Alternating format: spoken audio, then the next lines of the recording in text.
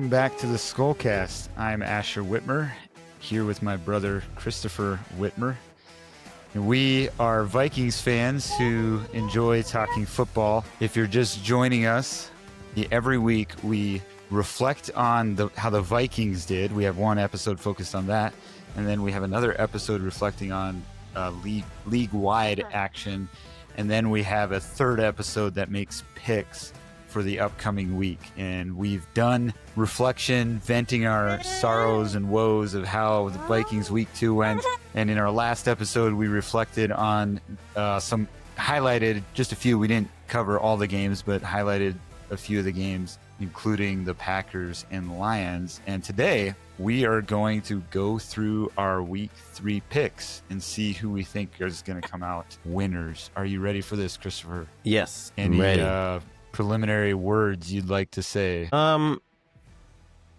The question I left you guys with in our last episode is who is winning between Christopher and I, as we keep track of our record, how good we do at picking winners and losers. Last year, I beat Christopher. I don't remember that it was particularly close, so I was the better one picking teams last year. This year, I start out strong with a 23-9 record. 23 have been picked correctly, 9 have been wrong, but Christopher is beating me by 2 whole games. After 2 weeks, that feels like a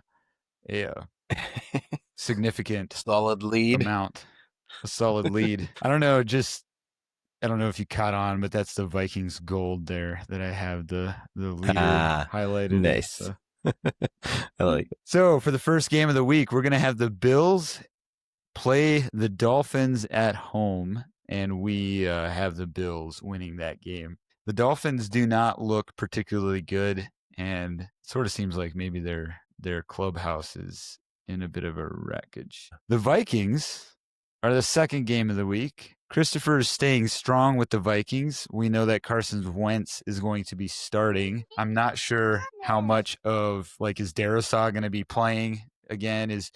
Have we heard if Ryan Kelly's out or not? Is he doing fine?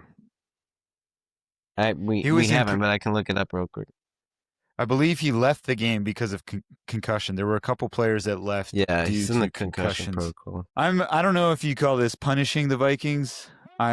Or just trying to not get my hopes up too high, but I think there's a good chance. Jake Browning, is that his name?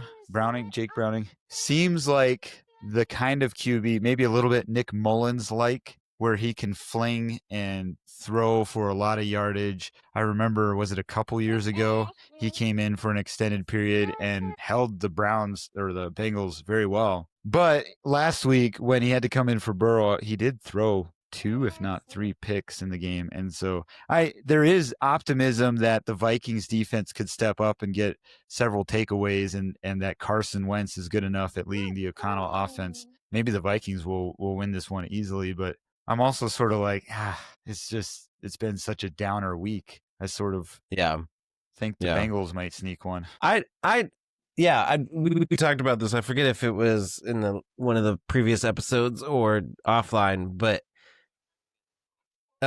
with Carson Wentz, you had mentioned some things offline. Yeah, against a decimated Bengals team who already doesn't have a great defense. I think Carson Wentz is a solid enough quarterback compared to who we played against a couple of years ago, Jake Browning, when he beat us. It was like Nick Mullins, I think. I think Carson Wentz is a significantly better quarterback than Mullins. And so I think we could pull off a win against the Bengals, in which case, my expectation was that we would beat the Falcons and lose to the Bengals. I think we can beat these Bengals. And so, I still think they can go 2-1, which is what my expectation was for them anyways. So, I think that's fair. I don't know what's going to happen. It'll be interesting. We're going to have such emotionally strong twists and turns if they come out and have a fantastic game against the Bengals, and Vikings fans are going to be like, oh, we're going to go to the Super Bowl with Carson Wentz. And it'll be interesting to see. We're here for the ride. Texans at Jaguars. We both think the Texans win, but the Jaguars have actually had a better looking offense so far. So why do we think the Texans are going to win? I don't know that I have a good answer for that. I think the Texans will pull I it do. together at some point. Yeah, I think they'll pull it together. I think the Texans have a pretty good defense. Yeah. I guess I just don't believe in the Jaguars. I don't know. Probably not fair. Yeah, it probably isn't fair, but they did lose last week, so they're 1-1. Texans are 0-2. This is a must-win game in many ways for them, as the Colts are. They're in the same division as the Colts, right? Yeah. Colts are 2-0 and looking strong. Speaking of the Colts, at Titans, we picked the Colts over Titans. Cam Ward is another one of those young rookie QBs figuring things out. So I totally forgot to say this in our reflection on the Vikings game, but something that hit me this morning is that when you look at all the QBs who are either a rookie today, which obviously there's just Cam Ward, Shadur Sanders is not playing, or any of the other QBs that rookies this year, or the rookies last year, none of them are doing well. Like, none of them are looking that great. Even CJ Stroud, who was a rookie 2 years ago, he's kind of struggling. And so that way, obviously, I wouldn't say McCarthy's like one of the better ones yet. I thought he looked really strong. He obviously outplayed Williams in week 1, but it kind of helped me kind of re-level expectations a little bit. It was like, Sure. when you compare to what some of the other young QBs are doing, it doesn't look as bad as maybe what we were expecting out of this shoot. Yeah. Raiders at Commanders. Geno Smith threw 3 picks. I don't think he got a single touchdown in their last game. They lost 20-9 against the Chargers. Speaking of the Commanders, they lost to the Packers, and they won but didn't look very strong in week 1. We're going with the Commanders to beat the Raiders here in week 3. Anything you want to add with that game? Yeah, I think Commanders are better than they've been playing. I don't know that they're as good as they were last year. Eckler's out for the season. Yeah, Eckler's out. Yeah, you're right. Back. You're right. I'm a little frustrated that Ashton Genty's not being used more. I have him in fantasy football. I have him in one of my fantasy leagues. It's Chip Kelly, who, famously traded LeSean McCoy when he was a head coach of the Eagles. So, like, I mean, his reputation is just that I don't think he knows how to use running backs. But Chip Kelly is the OC. Yeah. Rams at Eagles. Rams have started 2-0. Yeah. Last week they definitely looked a lot stronger, but they're going to be in the Eagles' house, and we think this is probably fairly safe guess to say it's going to go the Eagles' way, considering as the Eagles beat them in the Rams' house last year. Do you think the Rams are, and I guess this game will tell because, we're 2 weeks in, here's the third one, but yeah, do you think the Rams are the team that played the Eagles in the the divisional round last year? No, I don't think that they are. But I also don't think the Eagles are the same team. I think to me, what I hear going on with Matthew Stafford's back, I can't imagine trying to play through that pain. And so it's hard for me to imagine that they can make a deep run. But yeah. Falcons at Panthers. Panthers do not look good. They had a good second half or second portion of their season last year when Bryce Young came back after being benched. But the Falcons, especially after what we saw on Sunday, they definitely have a lot stronger pass rush than I was expecting. And I don't think the Panthers are going to be able to hold up to that very well. Steelers at Patriots. We are both abandoning Steelers ship, and we're diving in on Patriots ship. I think Patriots have looked decent. Drake May, maybe, playing of the younger QBs. Is he the best looking one so far in this season? Drake May? Yeah. Probably. The Steelers have not held anybody through 2 games under 30 points, including the Jets, which I don't think have a very good offense. Bills held them to 10 points. So, yeah, I think it's safe. I mean, that's who I picked is the Patriots to beat the Steelers. Packers at Browns. We are riding with Packers. It's probably a first guess. Although as I was filling out my take this week, I'm like, watch this be like the Packers beat everybody good, and then this one game against the Browns like somehow sneaks them and they get a loss and go 16-1 or something. But I don't expect that to happen. We are going with the Buccaneers, Jets at Buccaneers. Yeah.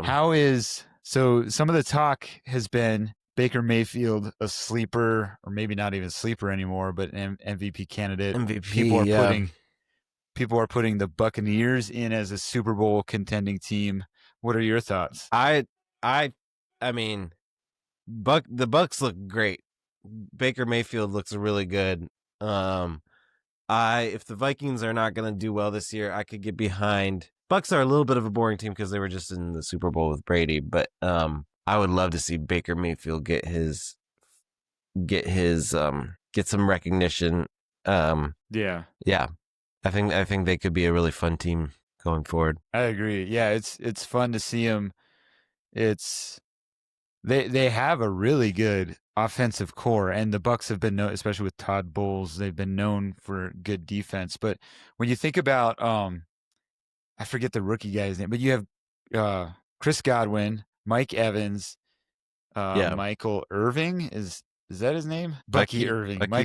Michael Irving. Bucky Irving. And then who's the rookie wide receiver that they drafted this year?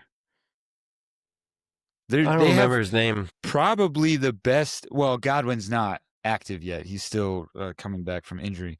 But on paper, we might be sleeping on them having the best wide receiver core in the NFL. Mika Egbuka. Yeah, I don't know how to pronounce it, but that's the guy that I was thinking of. Broncos at Chargers. We're going Chargers all the way. I did not watch much of the Broncos. Actually, I didn't watch any. I just watched replay of the Broncos-Colts game. But people who did watch it are saying Knicks played a lot better in the last game as opposed to their first game, even though they lost it. This is a divisional game. Divisional games are always close. But as the Chargers proved in week 1, they can play those divisional games strong even when they're out of the country. I don't think the Broncos, we talked about it a little bit in our last episode, there were a couple of national analysts who had the Chiefs being dethroned in the AFC West this year, but nobody had them being dethroned by the Chargers. They had them being dethroned by the Broncos. And now the Chargers are 2-0 and the Broncos are 1-1 and looking kind of haggard. And they're 2-0 against the division. Like they played Chiefs, Raiders. And now the Broncos. This would send a strong message as it pertains to divisional standings and divisional rivalries if they can pull a win off the Broncos. I think if the Vikings end up not doing well, I could see myself kind of tracking with the Chargers, seeing what all happens with them. Yeah. Saints at Seahawks. Seahawks are not good. Take it easily. Saints aren't good. Cowboys at Bears.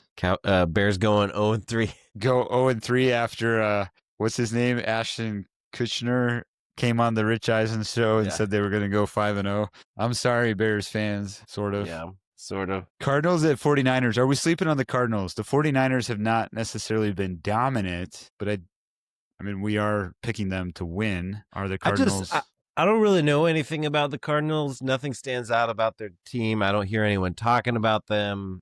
So if we're sleeping, I'm like dead asleep on the Cardinals. It's like a brew on the first things first. I'm not. How is that? On Geno Smith, he has a classic take. You should go watch it on YouTube for any of those. He's not sleeping on Geno Smith. He's comatose on Geno Smith. Like he's totally out. I hear him saying it too. I'm not sleeping. I'm comatose. Yeah, obviously hollers it out. That's kind of how I feel a little bit with the Cardinals, as well as I mean, I wasn't sleeping with the Raiders. I just didn't think they'd be good. Chiefs at Giants. This could be a get-right game for the Chiefs, even though they have a lot of injuries with their wide receiver. Or, well, I guess Rashee Rice is not an injury, but they have holes at wide receiver. Yeah. Do you think the Giants could get them. I mean, they played the Cowboys pretty good. Be Russell interesting. Wilson played What really they're well. 0-2 right now. Both of these teams are 0-2. Yeah, but the last game, I mean, the Giants looked bad in week 1. It looked like last year's week 1 Giants. But the last game, Russ moved that offense incredibly well. I don't know. I would be here for it. I'm here for some upset fruit baskets. Yeah, it would be fun to watch it happen. This reminds me, talking about Russell Wilson, reminds me of another thing I forgot to talk about in our Vikings review. You know that 3rd and 1 pass where McCarthy sailed over Jalen Naylor, who's wide open and could have walked in for a touchdown? I was watching some analysts on it, and they were talking about, I forget even who it was. It was a coach or former coach talking about how on those deep balls, you have to, like, it's a common thing for young QBs to rush it too quickly and then gun it as though you're like throwing more of a fastball. And they said you have to get the ball high. And when you're throwing downfield, you get it high and get a nice arc to it. Yeah. Which is what Russell Wilson has always been known for. Like he has a beautiful, Aaron Rodgers too, like has the ability to, throughout their history, to throw a deep ball that's high. I had never known before. Sam Darnold it makes is good sense at that too. Yeah, Sam's pretty good at it. I don't know if that's what they mean by layering the throw. If it's like so you're going deep, so you need to get height on your throw, and then in comparison to JJ's first touchdown pass to Jefferson, which was right on the goal line, and they say when you're throwing to the goal line, it should be low to the ground on the goal line. You don't want it shoulder height or above, which JJ did great in that one, but he did not. He way overthrew Naylor, and it was because it wasn't high enough. Didn't have the height to it. Layering. Lions at Ravens. So I'm going to infuriate all our Lions fans who watch us at all. Why do we think the Ravens, and maybe we should guess the score. Is this like a 47-44 score? I mean, it's either, I think that's a beautiful Monday night game though, just to think about. Yeah, that is a really great Monday night game. I think, I mean, I could just be undervaluing the Lions. Let me see what I had them going here. I had them losing. In my original summation of the schedule of the preseason ending record. Like I went through and just did a preseason thing on all of the NFC North teams. I mean, I could be undervaluing the Lions. I just think it's either going to be a tight game in which the Lions could win, or it's going to be a Ravens blowout in which I'm going to conclude that the Lions just aren't who they were last year. I don't see a situation where the Lions beat the Ravens just because I think the Ravens are that good of a team. But it could be that I'm undervaluing the Lions and overvaluing the Ravens. But I think the Ravens are probably a Final Four team. I think there's a very when we're looking at kind of how the seasons have started so far, I think there's a good chance that it could be a Ravens-Bills NFC or AFC championship. Yeah.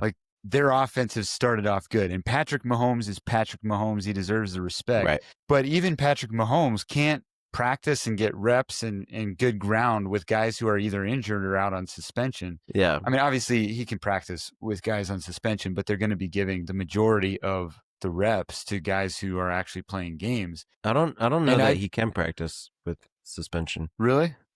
I don't think so. I don't think Jordan can. I don't know if it's different with 6 weeks.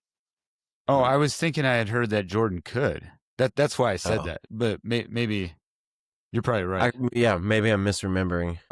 So I just think the Bills and Ravens offenses have started strong and clicking well. And I just think the Chiefs are themselves going to be behind the curve on that, especially since they didn't start very strong.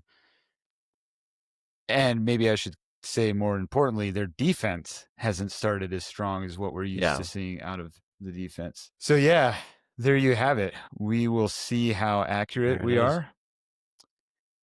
And we'd love to hear what your picks are, what your favorite team is. If you're watching this, we slowly, increasingly get 1 or 2 or 3 more subscribers each week. So if you're new, if you've started following, I usually publish these and then like kind of forget about them. And I went back last night and realized, oh, our last several episodes have got basically 50 views. So somebody's Nice. listening to us talk for 30, 40 minutes.